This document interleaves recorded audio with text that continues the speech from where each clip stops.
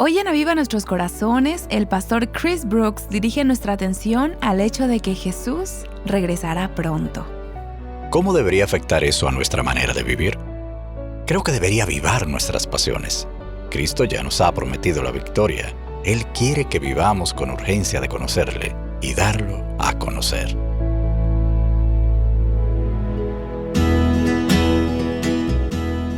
Estás escuchando Aviva Nuestros Corazones con Nancy DeMoss Wolgemuth, autora de Incomparable, en la voz de Patricia de Saladín. Hoy, 3 de octubre de 2025.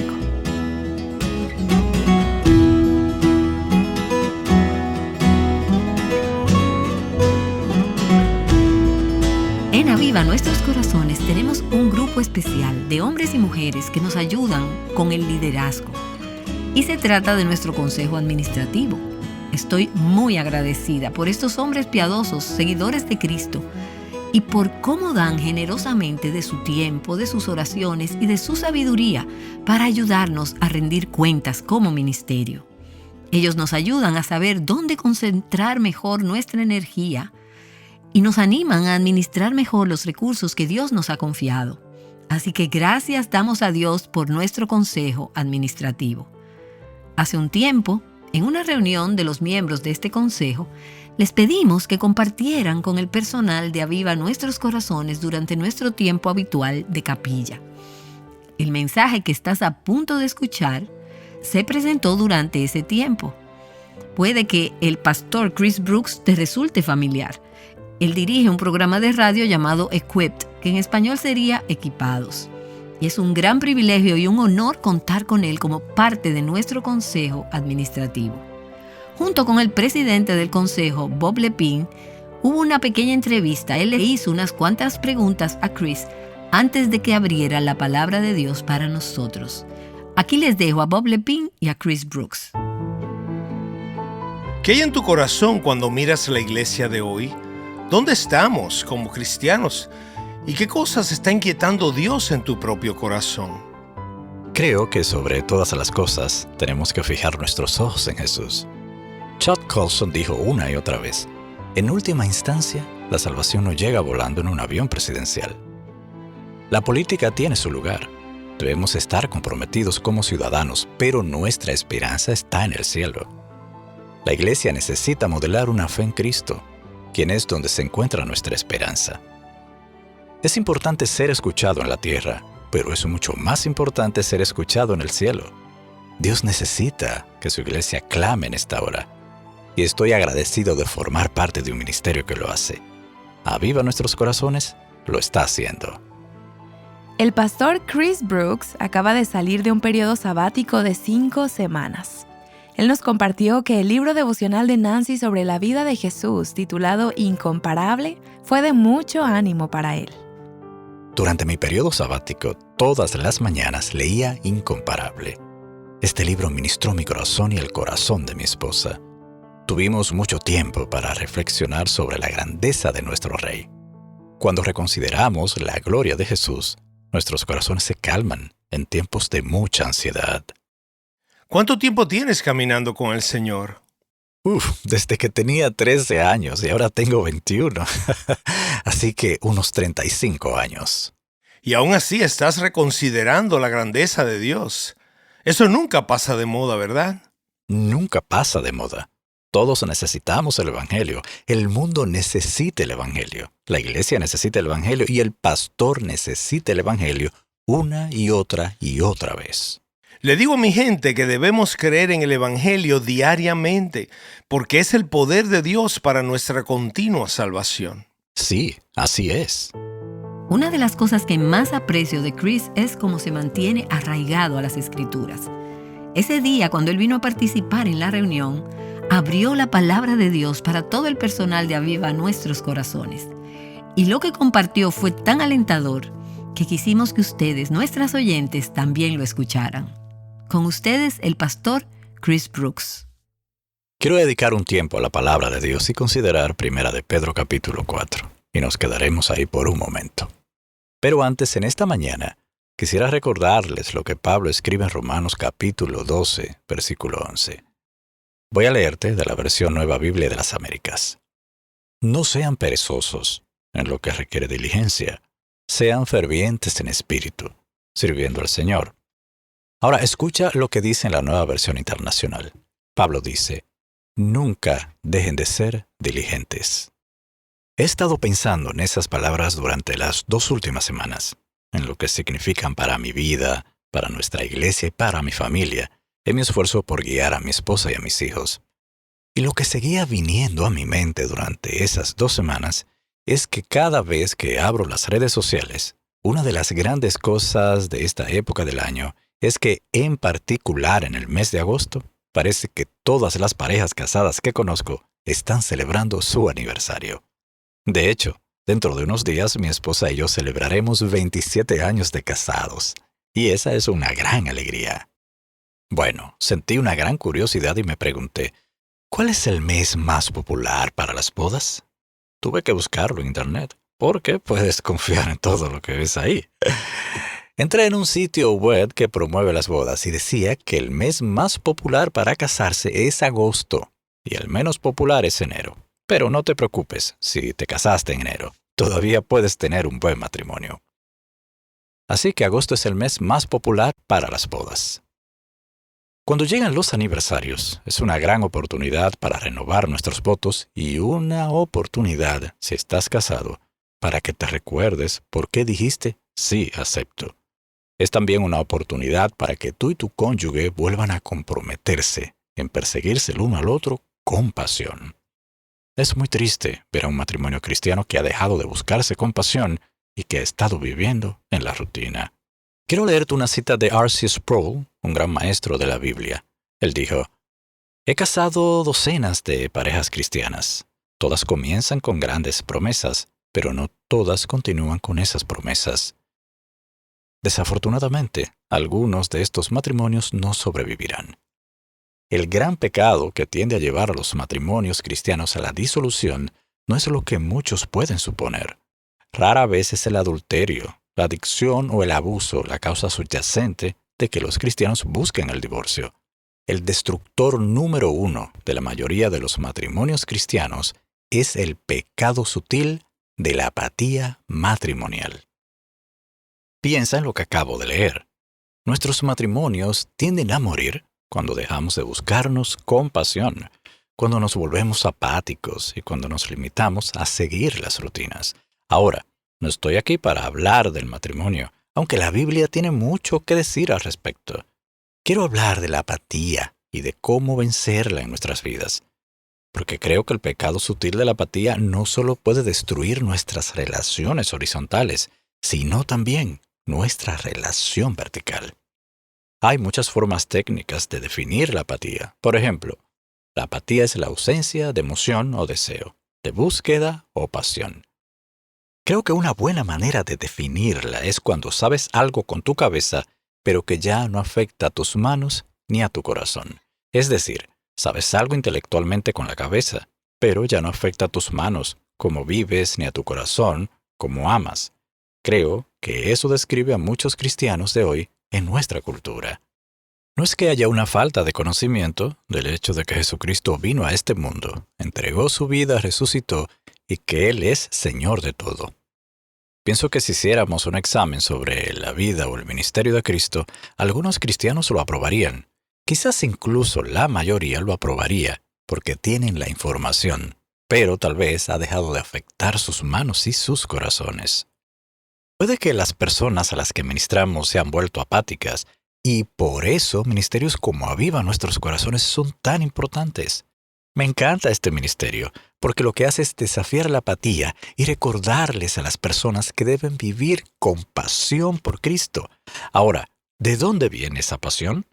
Bueno, si estudias el Nuevo Testamento, lo que encontrarás es que la raíz de esta pasión estaba en la urgencia del Evangelio. La urgencia del Evangelio es lo que nos permite superar la apatía que a menudo asedia nuestras vidas a causa del desánimo o de las pruebas o tribulaciones que parecen obstaculizar nuestra pasión. Y ciertamente este fue el caso de la audiencia del apóstol Pedro en su libro de Primera de Pedro. Él estaba escribiendo a un grupo de cristianos en lo que él llamaba diáspora, que era una congregación que estaba dispersa por todo el mundo. Y sé que una parte del personal de este ministerio está en la Tierra Santa de Niles, Michigan, pero la mayoría de ustedes están dispersos por todo el mundo, hablando sobre dónde vive el personal. Pero estos cristianos a los que les escribía Pedro estaban huyendo por su fe. Ellos no tenían poder ni posición y muchos de ellos tampoco tenían recursos.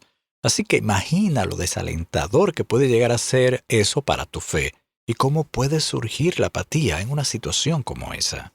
Pero Pedro dice en 1 de Pedro capítulo 1 y 3 que se supone que debemos vivir con una esperanza viva que viene de Jesucristo.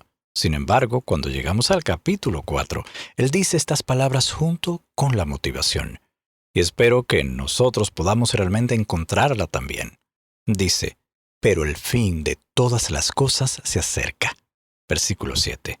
Se acerca el fin de todas las cosas. Su certeza del regreso de Cristo se convirtió en su motivación y debería ser también la nuestra. Los escritores del Nuevo Testamento vivían con la sensación del regreso inminente de Cristo. Escucha, quiero recordarte lo que muchos de nosotros ya sabemos, y es que no hay nada que detenga a nuestro Salvador de regresar, excepto la gracia y la paciencia de Dios, deseando que más personas vengan al arrepentimiento. Y lo repito, por eso este ministerio es tan importante. Jesús podría volver en cualquier momento. Cuando leemos el Nuevo Testamento, parece haber dos periodos de tiempo en los que Cristo y los escritores de las Escrituras enmarcan el mundo. Uno es la era presente y el otro es la era venidera. La era venidera inaugurada por el regreso de Cristo. Esta era presente es el periodo entre su primera venida y la segunda venida. Entonces vivimos en la era actual, pero la venidera es inminente. Está más cerca ahora que cuando creímos por primera vez. Yo creo, y espero que ustedes también, que vivimos en los últimos tiempos. Así que, si Cristo volverá de forma inminente, ¿cómo eso debería afectar nuestra manera de vivir? Bueno, creo que debería avivar nuestras pasiones. Pienso que debería impulsarnos a vivir una urgencia evangélica que supere la apatía que podemos sentir cuando vemos que el pecado parece prevalecer, cuando nos desanimamos por la persecución y las pruebas que muchos afrontan. Quiero que sepas que Cristo nos ha prometido la victoria. Él quiere que vivamos con urgencia de conocerle y darlo a conocer. Pedro enumera 3 maneras en que esta realidad del regreso de Cristo, el fin de todas las cosas, debería impactarnos. Veamos de nuevo el versículo 7. Dice, pero el fin de todas las cosas se acerca. Sean pues ustedes prudentes y de espíritu sobrio para la oración. Estoy tan agradecido de que haya dicho eso. Ese sentido de dominio propio nos conecta de nuevo con el versículo 3 de este mismo capítulo 4, donde habla de las formas en que viven los gentiles, en sus propias pasiones, borracheras y sensualidad. Él dice, escuchen, el fin de todas las cosas está al final, así que no vivamos vidas alocadas. El fin de todas las cosas está cerca, así que asegurémonos de que estamos gobernando nuestro pensamiento y no nos dejemos atrapar por las vanas imaginaciones de este tiempo presente. Más bien, seamos sobrios y tengamos dominio propio. Me encanta que lo relacione con el bien de nuestras oraciones. Creo que uno de los indicios de que realmente creemos que el fin de todas las cosas se acerca es nuestra vida de oración. Mis oraciones en torno a este tema, en particular del regreso de Cristo, ha cambiado a lo largo de los años. La primera vez que escuché a alguien predicar sobre el fin de los tiempos, tenía 15 años. Un predicador de mi iglesia local estaba hablando de la venida de Jesús. Mientras lo escuchaba, recuerdo haber pensado, «Espera, Señor Jesús, espera. ¿Todavía no había ido al baile de graduación? No me había graduado de la secundaria y aún estaba esperando mi carnet de conducir». Ahora avancemos rápidamente unos años hasta donde estoy ahora. Mi oración es, ven, Señor Jesús, ven. Quizá tus oraciones también hayan cambiado en este aspecto. Cuanto más conocemos las glorias del cielo, cuanto más comprendemos la magnificencia de nuestro Salvador, más cambian nuestras oraciones a, ven, Señor Jesús, ven. Hay una segunda razón por la que esta conexión con la oración es tan importante. Pedro nos va a dar una lista de imperativos, algunas cosas que debemos hacer. Pero antes de darnos estos imperativos, él quiere que entendamos lo que muchos programas de la escuela dominical han olvidado, y es que no se puede vivir una vida para Dios sin el poder de Dios. Necesitamos orar porque necesitamos el poder de Dios para vivir para Dios. Escucha, demasiados programas de escuela dominical enseñan que debemos ser amables, cariñosos, bondadosos y perdonadores, como si pudiéramos vivir estas virtudes sin una transformación interior. Es realmente triste, porque condenamos a la gente cada vez que intentamos convertir en principios las enseñanzas de Cristo, como si fueran solo un buen pragmatismo o buenas estrategias, y que podemos hacerlo sin la presencia y el poder del Espíritu Santo de Dios dentro de nosotros. Absolutamente no. Pedro reconoció que vivir para Cristo en esta era presente requiere oración, requiere que nos mantengamos conectados al poder de Dios. Luego continúa diciéndonos algo que debería alegrar nuestros oídos. En el versículo 8, él comienza diciendo, sobre todo. Siempre que veas estas dos palabras, debes escuchar con atención, porque significan primero en rango y orden de importancia. Dice, sobre todo, sean fervientes en su amor los unos por los otros, pues el amor cubre multitud de pecados. Versículo 8. Ahora, ¿qué tiene que ver el amor con la proximidad del fin de todas las cosas? ¿Por qué Pedro relaciona ambas cosas? Bueno, es por lo que nos enseñan los escritores del Nuevo Testamento sobre cómo será el amor en los últimos días. Si has leído 2 de Timoteo, sabes que en los últimos días los hombres serán amantes de sí mismos, amantes del dinero. Verso 3, 1 y 2. En otro lugar, en el Evangelio de Mateo, capítulo 24, versículo 12, Cristo dice que el amor de muchos se enfriará debido a la creciente maldad de nuestros tiempos. Si quieres sobresalir en esta época, ama como Cristo. Entonces Pedro nos hace un llamado a este amor mutuo como el de Cristo, que él dice que está marcado por pasar por alto el pecado y que cubre multitud de pecados. Ahora, esta cobertura de una multitud de pecados no se refiere a ganarnos de alguna manera la salvación a través de actos amorosos los unos con los otros. Sabemos que ese no es el Evangelio. Sabemos que el Evangelio es salvación solo por gracia, solo a través de la fe, solo en Cristo, solo para la gloria de Dios. No nos ganamos la salvación con actos de servicios, pero sí creo que a nivel horizontal, el amor de Cristo me permite pasar por alto tus pecados y te permite pasar por alto los míos. Amarme no es fácil porque soy imperfecto. Amarte no es fácil porque eres imperfecto. Pero cuando el amor de Cristo actúa en nuestras vidas, somos capaces de pasar por alto multitud de pecados. Ya has escuchado esta afirmación antes, la frase que dice, el amor es ciego. Eso describe típicamente el principio de una relación donde la pasión que se tiene por otra persona con la que se está en una relación hace que se pase por alto sus problemas. No es que los problemas no existan, de hecho, el resto de esa afirmación, si la has dicho correctamente, es, el amor es ciego, pero el matrimonio abre los ojos. La realidad es que a menudo, más tarde, vemos los problemas de las personas con las que mantenemos una relación. Pero hay una pasión que viene con el amor que nos permite pasar por alto los problemas de los demás. Y cuando Cristo está obrando en nosotros, amamos como Él amó, porque, siendo aún pecadores, Cristo murió por nosotros. Alabo a Dios, porque pasó por alto nuestras faltas y vio nuestras necesidades. Y ese es el mensaje que necesitamos proclamar, no solo al mundo, sino que necesitamos vivir por nosotros mismos. Pedro continúa desafiándonos a no simplemente demostrar amor, sino también dedicarnos a la hospitalidad. Mira lo que dice en el versículo 9. Sean hospitalarios los unos para con los otros, sin murmuraciones. La primera vez que leí esto pensé para mí mismo, vaya, Pedro sí que sabe cómo arruinar un versículo. Una cosa es que diga, sean hospitalarios, pero luego añade, sin murmuraciones. Quizá tengas familiares como los míos. Cuando les muestro hospitalidad, llegan con hambre. O tal vez sepas lo que es organizar una fiesta. Los amigos y familiares vienen. La casa se convierte en un desastre y se van al final sin ni siquiera ofrecerse a ayudar a limpiar. Mostrar hospitalidad no es fácil. Nunca lo ha sido y nunca lo será. Es un sacrificio de amor. Si alguna vez has hecho una gran comida para tu familia, sabes que es una labor de amor. Pedro dice que debemos mostrar este tipo de hospitalidad sin quejarnos, sin murmurar. Además, ¿cuánto más se necesitaba este tipo de hospitalidad en el siglo I? Piensa en su audiencia original. Muchos de ellos estaban abandonando sus hogares y sus tierras natales.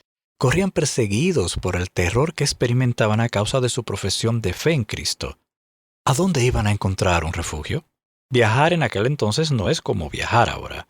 Al principio le mencioné a Bob que hicimos un viaje por carretera y cada salida tenía una gasolinera, un hotel o un restaurante, un lugar para comer. Pero no era así en esa época. Esas personas dependían totalmente de la hospitalidad de los anfitriones, de la gente que les abría su casa y su corazón. Esta es la esencia de la hospitalidad. Es más que abrir tu casa, es abrir tu corazón. Y lo que Pedro dice es que se supone que debemos vivir así, que eso debe marcar nuestras vidas. Nuestro celo y nuestra pasión deberían llevarnos a amar a los demás de esta manera. La palabra hospitalidad en el idioma original significa amante de los extraños. Ahora, quiero conectar eso con aviva nuestros corazones por un momento. Pienso en lugares de todo el mundo donde el mensaje está llegando, y muchos de estos creyentes son personas que nunca has conocido antes. Muchas de estas naciones nunca las has visitado antes. Sin embargo, Dios ha llenado tu corazón de amor por ellas. Eso es hospitalidad. Escucha, cuando estamos dispuestos a sacrificarnos y a invertir para que personas que tal vez ni siquiera hemos conocido en esta vida puedan escuchar las buenas nuevas de Jesucristo, estamos mostrando hospitalidad. Y sí, a veces según la costumbre local eso significa abrir las puertas de tu hogar. No tienes que ser ningún experto en decoración o en cocina para hacerlo. En medio de todas las realidades cotidianas de la vida puedes abrir tu casa. Pero más que nada, la hospitalidad significa abrir tu corazón al mundo. Y me encanta que muchos de ustedes estén haciendo eso a través de este increíble ministerio. Ahora, permíteme terminar leyendo los versículos 10 y 11. Pedro pasa de decirnos que nos dediquemos al amor y a demostrar hospitalidad a decirnos que tenemos que servir diligentemente. Versículo 10. Según cada uno ha recibido un don especial, úselo sirviéndose los unos a los otros, como buenos administradores de la multiforme gracia de Dios. Ojalá tuviera un par de horas para desmenuzar este versículo, pero solo te diré esto. Cada uno de nosotros ha recibido no solo dones espirituales y facultades de Dios, sino que cada uno de nosotros ha recibido el don de la presencia permanente del Espíritu Santo, el don que recibimos al creer en Jesucristo. Ahora, fíjate en lo que Pedro no está comunicando. Como ustedes han sido recipientes de la gracia, persigan compartir esa gracia para que otros puedan beneficiarse de la misma gracia que ustedes han recibido. No olvides que has sido bendecido. Has sido bendecido no solo por conocer a Cristo, sino por servir en este ministerio, por conocer su palabra y la belleza de sus promesas. Eso es lo que nos impulsa a desear compartir este regalo de la palabra de Dios y la gracia que conocemos en Jesucristo. Pedro continúa diciendo en los versículos 11 al 12, el que hable conforme a las palabras de Dios. El que sirve, que lo haga por fortaleza que Dios da, para que el todo de Dios sea glorificado mediante Jesucristo, a quien pertenecen la gloria y el dominio por los siglos de los siglos. Y la iglesia dice, amén. De esto se trata. Pedro no nos da una lista exhaustiva de los dones espirituales, sino que nos da dos categorías, hablar y servir, y nos dice, si tienes dones de hablar, tal vez tienes el don de la palabra, y eso no es solo predicar, es exhortar, es evangelizar. Él dice, no usen solo sus palabras, porque nuestras palabras no son donde reside el poder, sino que reside en hablar las palabras de Dios. Eso es lo que transforma la vida de una persona. Tal vez seas el tipo fuerte y silencioso. Bueno, Pedro dice que todavía tienes un lugar y que puedes servir. Cocina una comida para alguien, o tal vez haz reparaciones en la casa de alguna persona, o ama a alguien de una manera tangible a través del uso de tus manos. Y cuando lo hagas, no lo hagas con tus propias fuerzas.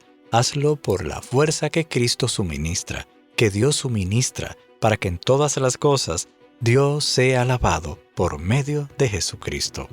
Esa es la pasión y la misión de este ministerio. que Dios sea glorificado por medio de Jesucristo en todo lo que hacemos en todo el mundo. Cuando me levanté esta mañana, oré para que Dios avivara sus corazones y para que les permita experimentar la libertad, la plenitud y la abundancia en Cristo. Estuve orando para que, como dice el salmista en el Salmo 1, ustedes sean como árbol plantado junto a corrientes de agua, que da su fruto a su tiempo y su hoja no se marchita. En todo lo que hace, prospera. Dios quiere que seamos renovados. Quiere que vivamos con pasión. Y lo único que puede vencer la apatía de nuestra época es recordar: Él volverá. El fin está cerca y alabado sea Dios. La victoria está asegurada. Pienso en todos aquellos jugadores olímpicos que al cruzar la meta se regocijaban y celebraban. Y si ellos pueden celebrar por un tesoro que se desvanece, ¿cuánto más nosotros, que somos receptores y herederos, los que heredamos vida eterna? Así que oro para que te animes y sepas que Cristo está obrando en y a través de tu vida. Permíteme orar por nosotros hoy. Padre, te ruego que no cedamos a la apatía en nuestra época, sino que vivamos con pasión. Te oro, Señor, por un avivamiento, que avives nuestros corazones y a través de nosotros ese avivamiento se extienda a nuestra familia, a nuestros amigos, a nuestras iglesias y al mundo. En el nombre de Jesús, hasta que todos hayan oído, hasta que Cristo haya venido. Amén y amén. Amén. Hemos estado escuchando un mensaje que el pastor Chris Brooks dio en capilla en Aviva Nuestros Corazones cuando él y otros miembros de nuestro consejo administrativo se reunieron en el suroeste de Michigan en un verano. Y mi corazón fue tan animado y tan refrescado por lo que Chris compartió. De hecho, anoté esto mientras Chris Brooks hablaba. El peligro es saber algo en tu cabeza que ya no afecta a tus manos, o sea, cómo vives, ni a tu corazón, cómo amas. Y eso fue algo tan impactante para mí. Llevo más de 60 años empapándome mucho de la palabra. En realidad, desde que aprendí a leer. Y he llegado a conocer tantas cosas en mi mente.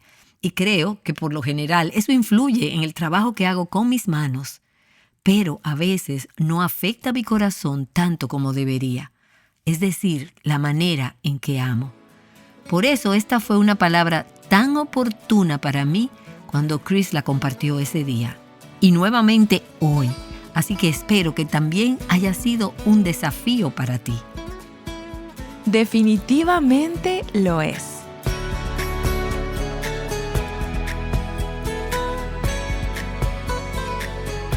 Dos personas escuchan el mismo sermón y mientras una se aburre, la otra recibe convicción y es transformada por el mensaje.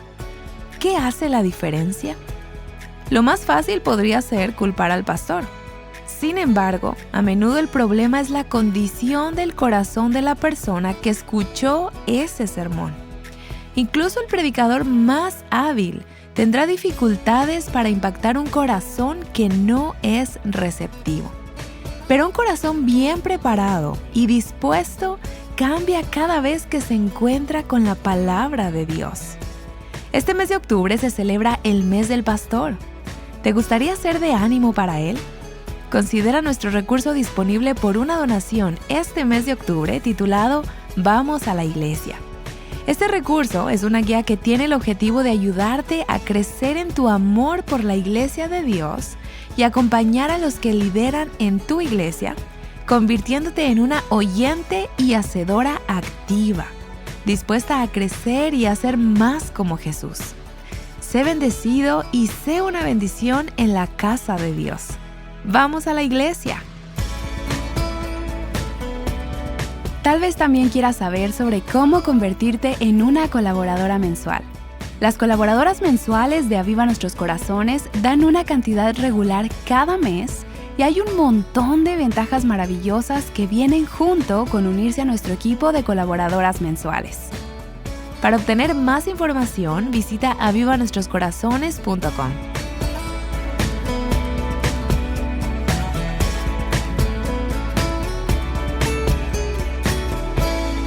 Llamándote a libertad, plenitud y abundancia en Cristo, Aviva Nuestros Corazones es un ministerio de alcance de Revive Our Hearts.